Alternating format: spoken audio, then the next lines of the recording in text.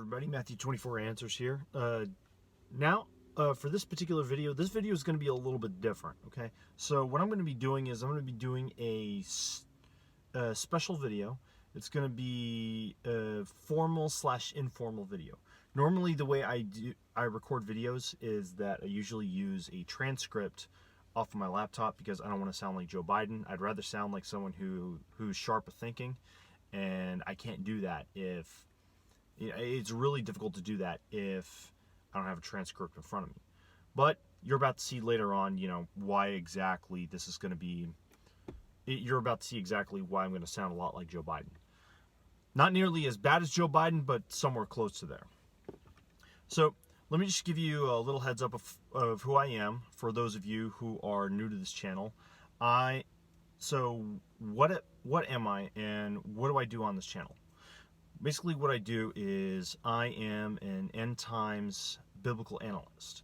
What I do is I basically take all of the passages of the end times from Daniel, Revelation, Matthew, and I compile them all together and to form a product.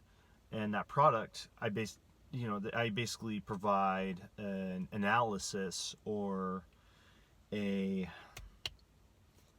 prediction of what the end times will look like. I've made plenty of videos on that in my YouTube channel. You can go ahead and check them out. I've done 2 on the coronavirus.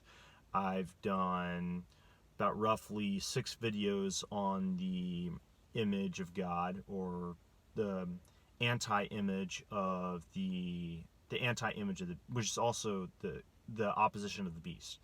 And then I've also done videos on who the Antichrist is going to be, what the Antichrist is, the entity of the Antichrist as a whole. And so basically my primary purpose is focused on end times. Now, on other purposes, I usually focus on other politics because it's kind of a political theorist channel. I use a lot of political theory. I use a lot of political science regarding the end times. And so, which means I'll twist my political views into it and also twist my religious views into it. And which means I'll also cover other societal issues and other political issues, such as the censorship of Facebook and other social media platforms. And then I also recently did a video on George Floyd, because that happened recently, which also in turn, coronavirus. I twist everything together, I compile them all together. It's a great way to lose friends, and that's just what I do. Now that I've gotten that out of the way, recently I have wanted to touch up on recent events such as Vanessa Guillen. I'm probably butchering her name, but what she was a soldier who was murdered on Fort Hood. Well, okay, that's not specific enough. She was buried on Fort Hood. Okay, that's not specific enough either. She was a Latina soldier who was buried on Fort Hood along with many other soldiers. And I've also wanted to cover the American fundamentals. I wanted to cover COVID-19 misinformation. I wanted to cover the societal issues that are surrounding our country.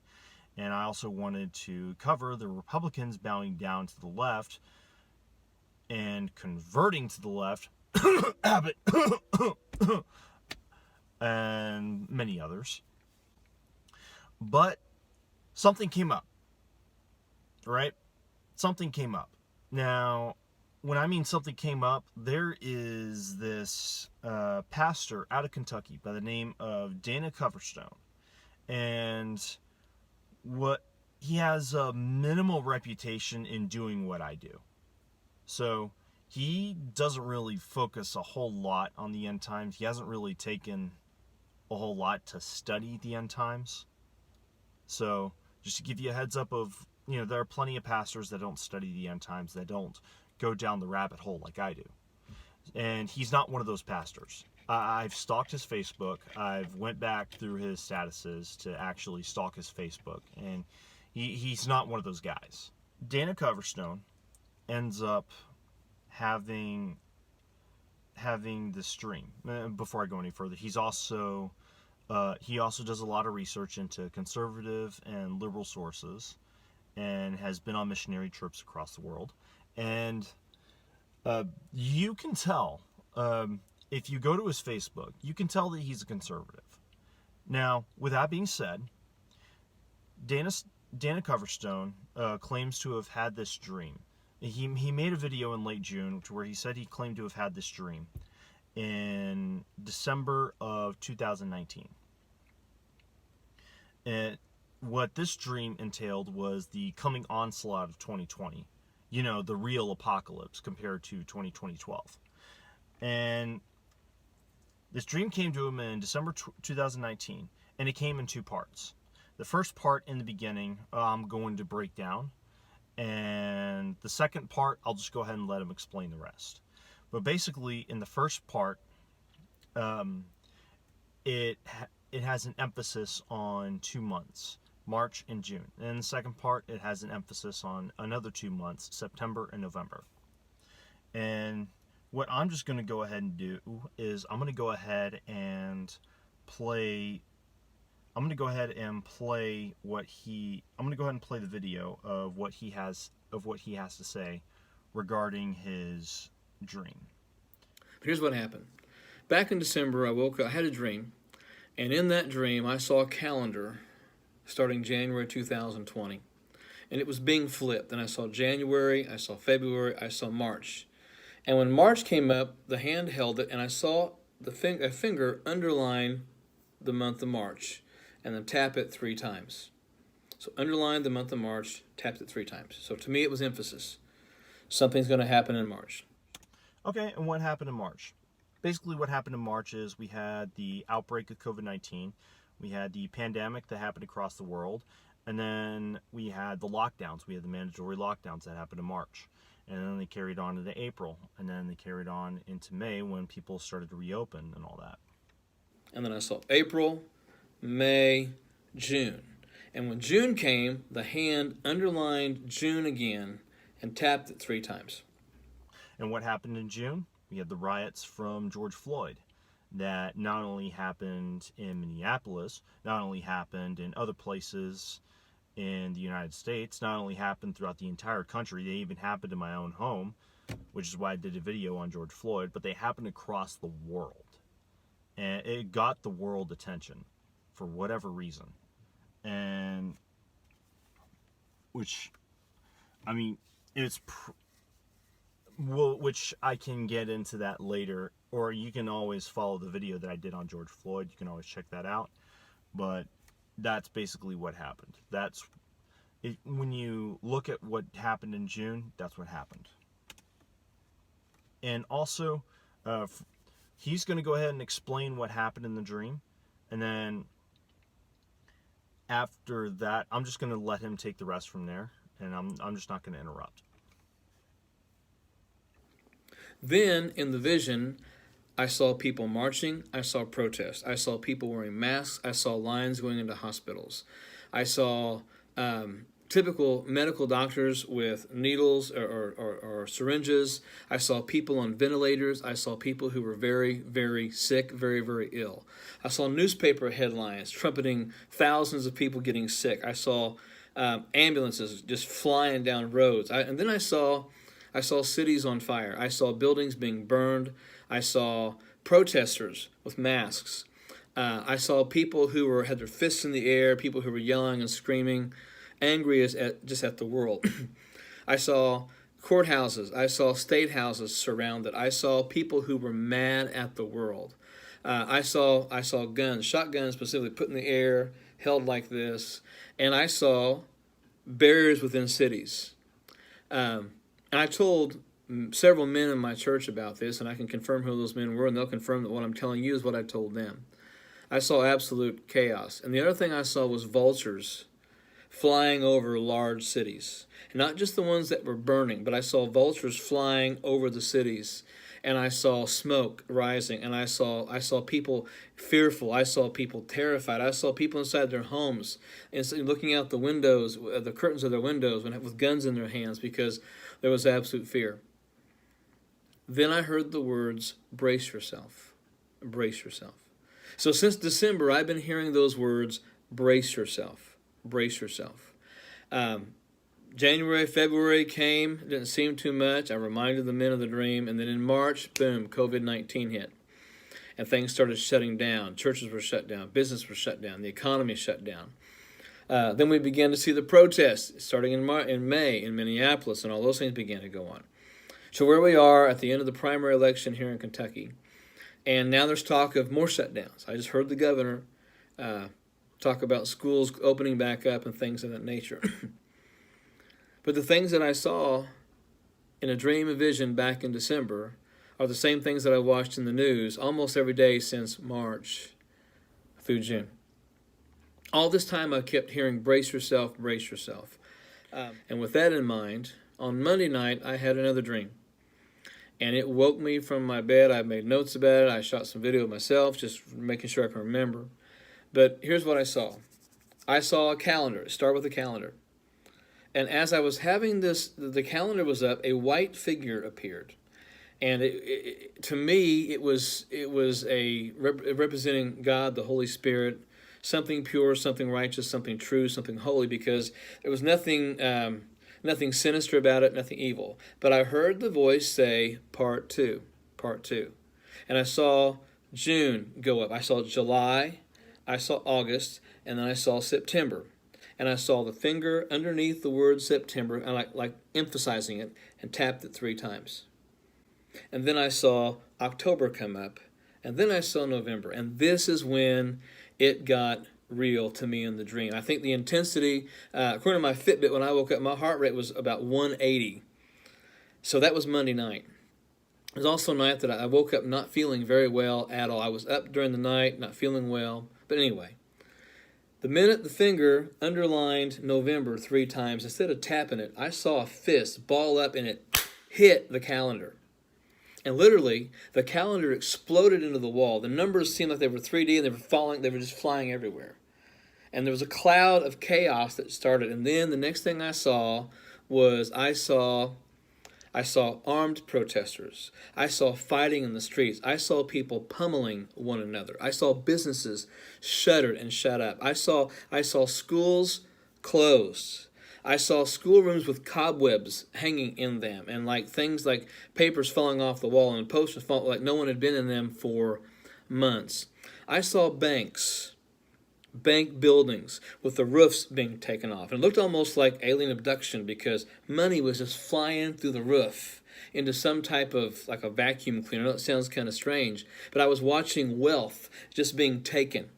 I saw politicians in back rooms making deals with people, patting people on the back and laughing and smiling and smirking.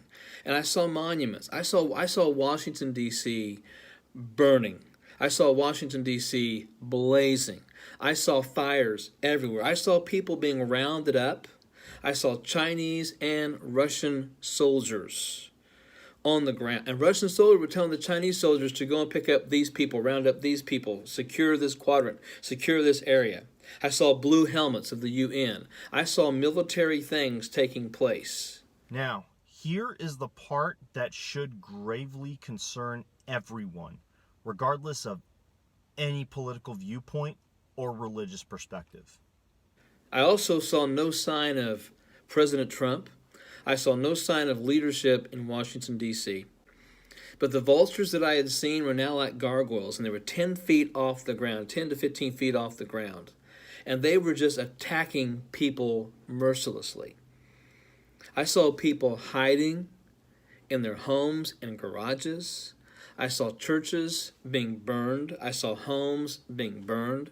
I saw absolute chaos. And the fist punch on the November of 2020 is what got my attention. And then I heard the words again, brace yourself, brace yourself, brace yourself. That has been something that I have heard for almost 7 months now. Starting once we get to July, it's going to be 7 months. The second dream I had last night, and it woke me up. In this dream, we just had a yard sale to help fund a team going to Ecuador this next year, and we had a yard sale.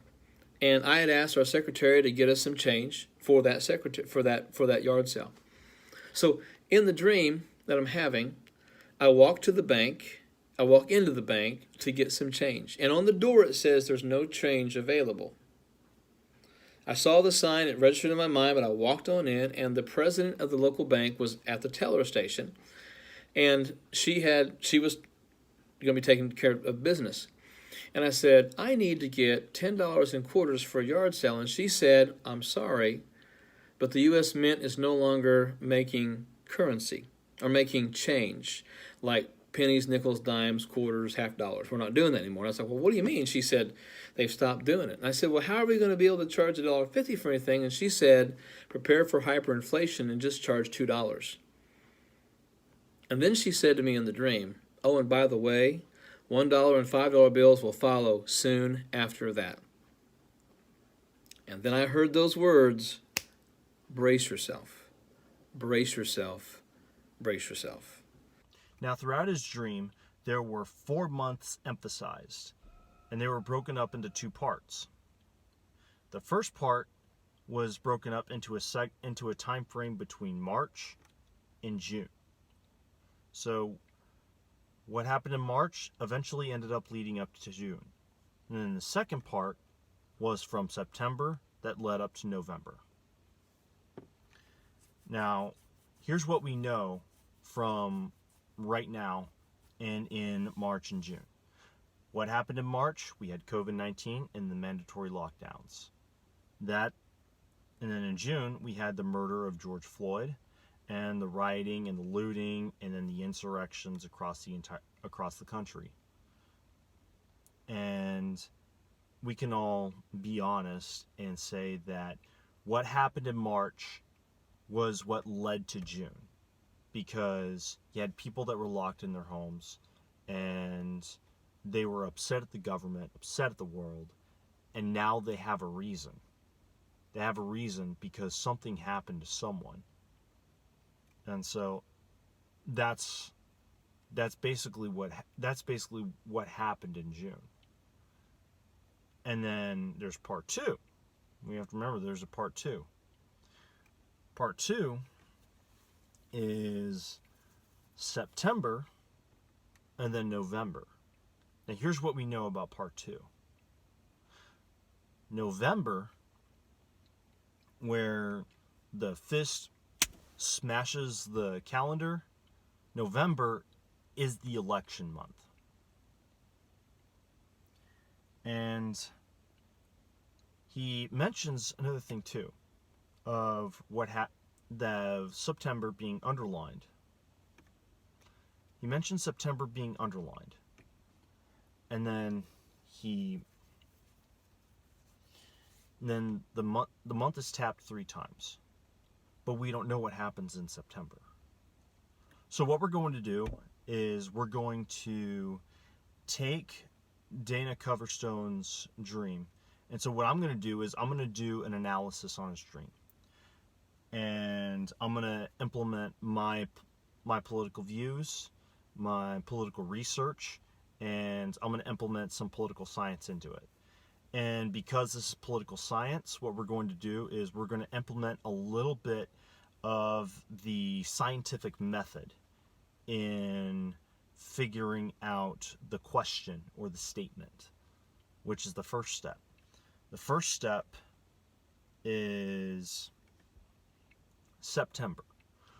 What's going to happen in September that's going to lead to November? That's going to lead to all the chaos, the mayhem, the destruction, all the fire. What's going to happen in September that's going to lead to that? So now that we've proposed the question, we've proposed the statement, the next step is to conduct some research before forming a hypothesis. And or just simply stating some facts, right? So one of the facts that we know for a fact is that March ultimately caused June. Whether if it be like a racial issue or whether it be a political ideological issue or a religious issue, the fact that people were locked in their homes and they were just upset, furious at the world, that led to June. When you boil up people's anger, it leads to an outbreak of violence. That's human nature. There's no denying human nature. So March ultimately caused June, and which means that September could possibly result in November. Interesting thing about September, right? While I was in the Marine Corps in September of 2012, I conducted a 9/11 ceremony at Naval Air Station Pensacola. I had gathered 11 Marines to salute the retirement of the colors at the end of the day, when the sun would set, and then the colors would have to retire, and then we would salute the flag as it was coming down, and then we would just march off away from the pole and back to the barracks. The next day, before I go into the very next day, a friend of mine took a picture of the entire scene, right? As you can see right here's the scene.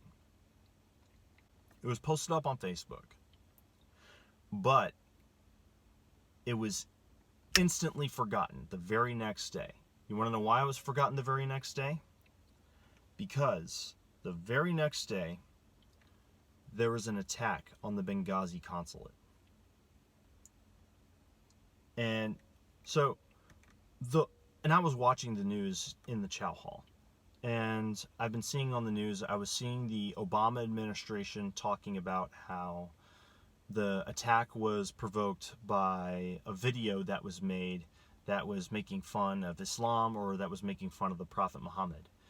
And I'm looking at the video, I'm looking at the destruction of the consulate, and I'm saying to myself, and I'm also noticing that this happened on the date of September 11th.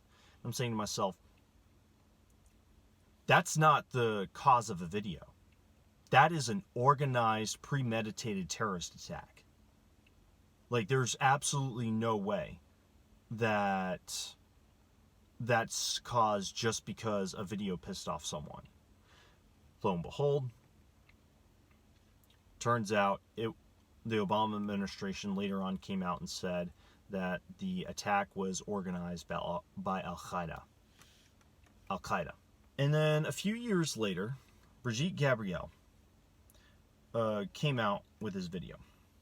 And what she goes over is the history of Islam, the history of Muhammad the Prophet, and what led up to the persecution of the Christians and the Jews.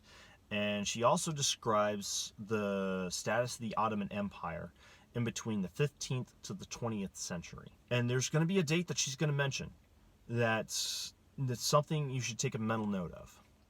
Christians couldn't ring their church bells in Jerusalem.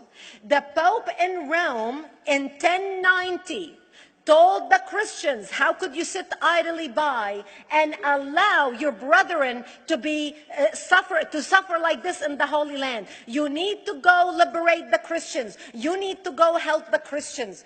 That's why the Crusaders were launched. The Crusaders were not launched because they just felt like waking up in the morning and going and converting a bunch of Muslims or beheading them. The Crusaders were launched to liberate Jerusalem. And they were able to liberate Jerusalem for less than 100 years before Salah ad-Din al-Ayyubi, Saladin, took it back, and Jerusalem remained under Islamic control until 1967, when the State of Israel liberated Jerusalem, where Christians, Jews, and Muslims could pray under the same sky.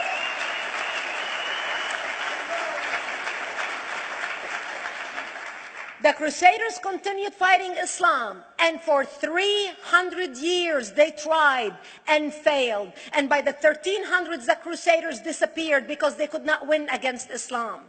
Islam continued to expand. They went all the way to Central Europe. They went all the way to China. They went to India. They conquered Spain. They changed the name of Spain from Spain to Andalusia.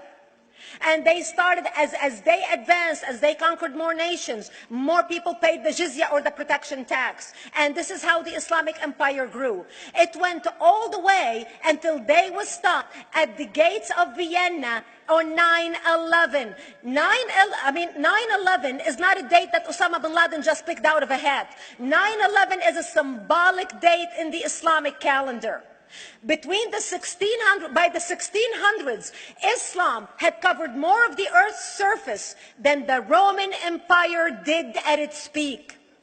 Between the 1600s and the 1800s, the Europeans were experiencing the European Industrial Revolution, where the Europeans were able to invent products on factory lines, where they are able to make money and sell products, which gave them the money to build a strong army in order to fight the Muslims. And that's how they were able to stop them at the gates of Vienna on 9/11.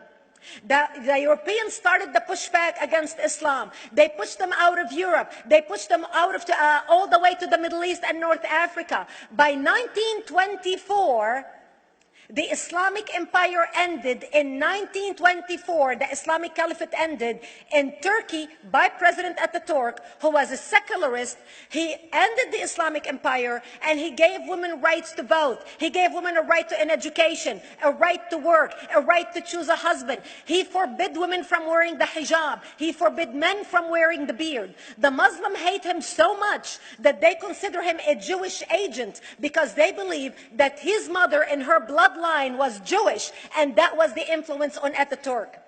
Now, history has shown that the date of September 11th is a focus point for Islamic terrorist attacks. As she's pointed out, as 9/11 from 2001 has pointed out, as 9/11 from Benghazi has pointed out, it's been the focus point for Islamic terrorist attacks.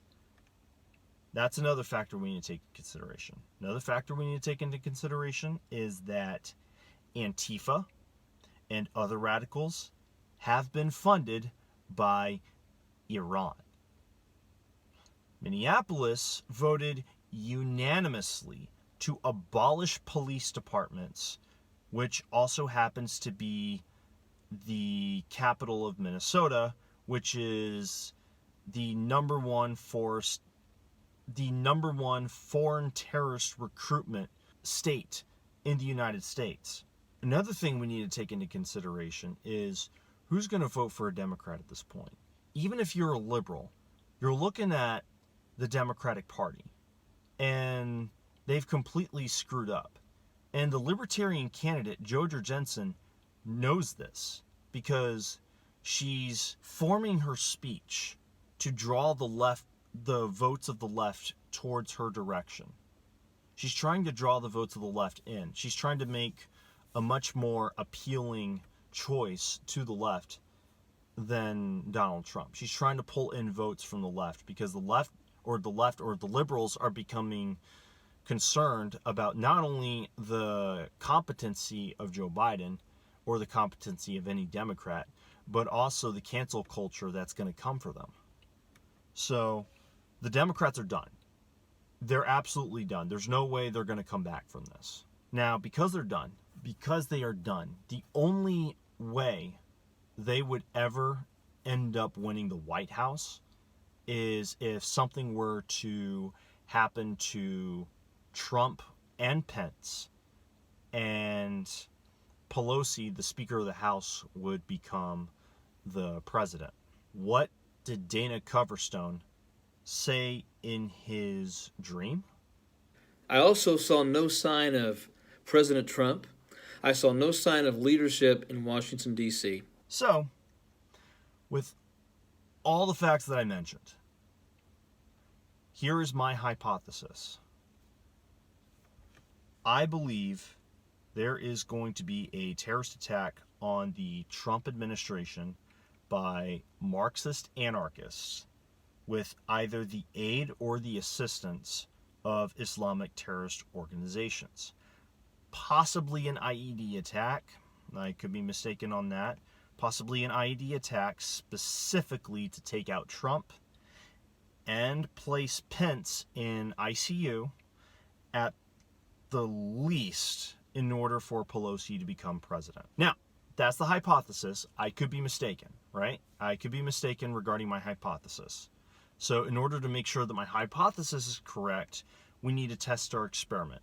What did I do to test the experiment? Well, I put up a status on Facebook that asked whether or not if my friends have had any apocalyptic dreams lately. And why did I do this? Because I'm a biblical end times analyst. This doesn't only entail taking in information from Revelation, Daniel, and other prophets, but it also entails possibly taking in information from people that claim to have had apocalyptic dreams. Now, these apocalyptic dreams can be true, they can be false, they can come from a source that is reliable, they can come from a source that's not reliable. It could just be someone that's just making up a dream saying, oh, I had this dream. In order to test the reliability of this, we need to also cross-reference and, cross-reference other witness accounts, if that makes sense.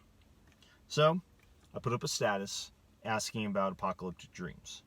And one of my friends messaged me privately. And obviously there's a reason he messaged me privately. So for his security concerns, I did not put his name out there. And I'm going to go into later why I didn't put his name out there. But here was a transcript in between me and him. This is what he had to say. Because apparently he had a dream too. And it was different from Dana Coverstone. Well, somewhat different, but this one actually came up in line. Here's the transcript I'm going to read.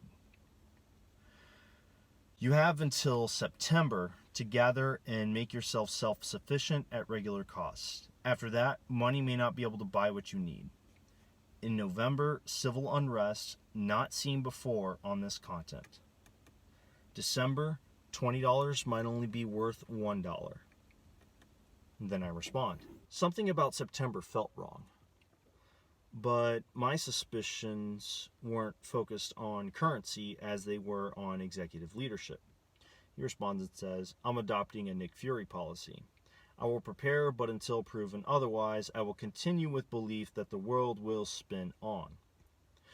All I can tell you is I saw a man in suit with a red tie lying in a pool of his own blood. I just got a rough calendar timeline. Then I might be correct then. I was hoping I'd be wrong. Were there any others? He responded and said, I do not know the identity of the corpse. I just know it was a white man in a suit with a red tie. There were 3 others. The center was a woman in a dirty white dress, flanked by 2 men in filthy suits, walking around like they were blind. There was also so much pain and agony that the dead man's teeth cried out in pain. The cities burned and people killed each other in the streets. White armored vehicles and black UN lettering on the side were rounding us civilians into camps, and a young woman was assuring us that everything will be fine. But somehow, I know that's a lie. So I sent him a link about Dana Coverstone, and I asked for his opinion on it. This is what he said. That's where I got my timeline. September is the only unsure event, and I advocate preparation before then because I do not know what is in store. I saw what happened with the onset of COVID-19. The rush on supplies will be far worse than next time. Far right and far left groups are threatening violence if their candidate doesn't win.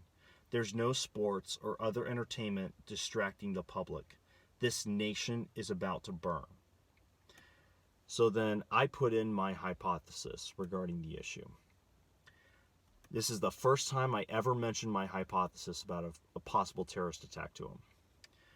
I'm assuming someone is plotting a terrorist attack on the Trump administration on 9/11.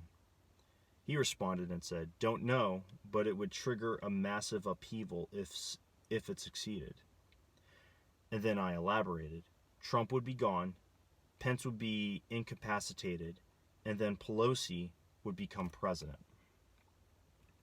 He responded and said, God help us. I replied and said, "Find a church. I'll be releasing some videos if you haven't watched them already." He responded and said, "I think you may have solved the other part of the dream. I dreamed there was some type of election, and a blonde woman in a red dress would receive a crown of authority. She was nice and all smiles, but once she got the crown, she cackled madly and said, 'At last, it is mine!' And that is when the violence began. It was immediate. I think I'm going to be sick. You see it too?" Before you go any further and criticize, "Oh, this is just a bunch of Christian magic jumbo, you're coming up," just a heads up, the person I was conversing with was an agnostic. This agnostic had a dream about this. This is an agnostic I was talking to. And so you are probably wondering, why am I bringing this up now? Why didn't I bring it up earlier? Why did I talk on George Floyd first as opposed to bringing this up beforehand? Well, Dana came out with this status on his Facebook post. "I had another dream last night that I have shared with a person who I trust completely. However, I know that it connects with the calendar dreams I have had in the last few months and weeks, and specifically deals with September of 2020. I will not be posting a video on Facebook, but will be sharing it as part of my message tomorrow towards the time of the altar. I will share the dream on Monday on my Facebook and the church YouTube page by Sunday afternoon." So that is what he had to come out with.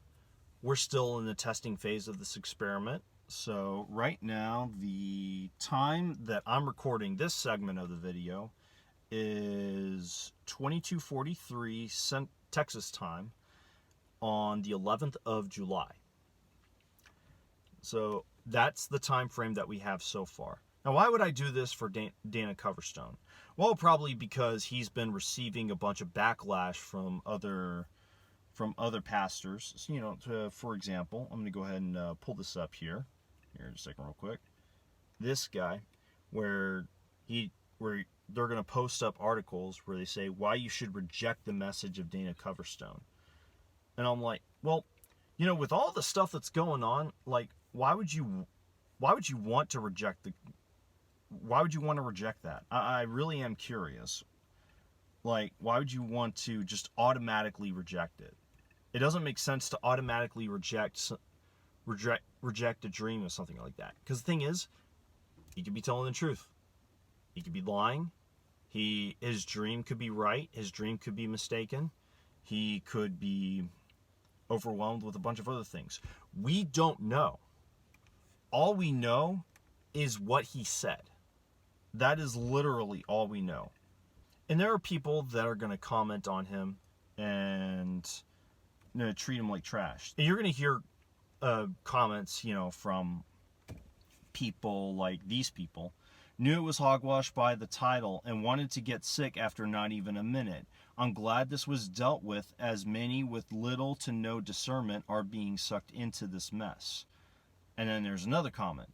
"Thank you for your teachings. Because of what I learned from you and select others, I was able to discern this man's self-proclaimed prophetic dream as false. Nowhere in the video did I hear him encourage believers to dig more into the word or to engage in extra prayer." You know what? I don't recall hearing any kind of words of encouragement from Jeremiah the prophet. He was basically straight up forward and condemning the nation of Israel because they were about to be deported. Sometimes a word of encouragement is just not appropriate.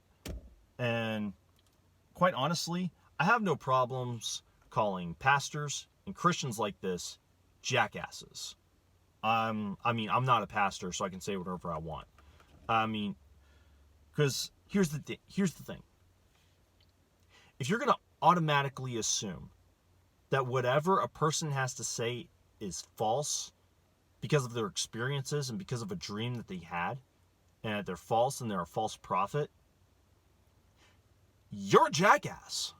You're a lying dog-faced pony soldier. I mean, you are. There's no way around that. You're a jackass. And like, if you want to give me all, if you're look, you want to go after Dana Coverstone, by all means attack me. He doesn't want all this. He's just a pastor with a small church home. Go ahead and attack me. I could really care less. Because that's just what I live for. I need more views anyway, and I'm pretty sure I can bash a bunch of people, and I just say, hey, look, these are the people that wanted to bash Dana Coverstone. These are the people that want to disrespect Dana Coverstone. And, or better yet, you can just leave Dana Coverstone alone. There's always that. I mean, if you genuinely don't like his teachings, just leave him alone. I think that's really the best avenue of approach. Now part of me is doing that for Dana Coverstone, and the other part of me is just doing it because I'm trying to warn those who are watching this video. Now, I could be wrong, right? I could genuinely be wrong about this, right? I'm still, like, I have more convincing evidence that Dana Coverstone is right than these milquetoast Christians. I genuinely do. And I'm still saying that I could be wrong. Dana Coverstone is still saying that he can be wrong. He never said that he was right. I could be wrong. Dana Coverstone just said that he could be wrong. My friend of mine is saying that he could be wrong, who's an agnostic. He's saying that he could be wrong. But dreams aside, we really should keep a careful eye out on what's going to happen around the month of September. Because if a terrorist attack is going to occur this year on September 11th, we need to be on guard. We need to make sure to have a respect for what's right and what's wrong, for like what is no crap, what is right and what is wrong, because other people are going to twist the meaning of right and wrong. And we also need to have a respect for one another. If we don't do that, conservative or liberal, this country is going to end. It is. And that's what I have to say. If you want to follow more of my videos, the next video, it's looking like I'm gonna cover on the American Revolution being able to unite against the British Empire and begin the country of America. If you want to follow my videos, please feel free to click the subscribe button and the notification bell. And I will catch you later. Oh yeah, that's right. The time on deck right now is 22:50. So almost 11 o'clock Texas time on July 11th. And so his message, his word's going to come out tomorrow, Sunday afternoon on YouTube. So I'm going to post a link for his YouTube channel down below so that way you can follow him. And we'll see where it goes from there. You have a good night.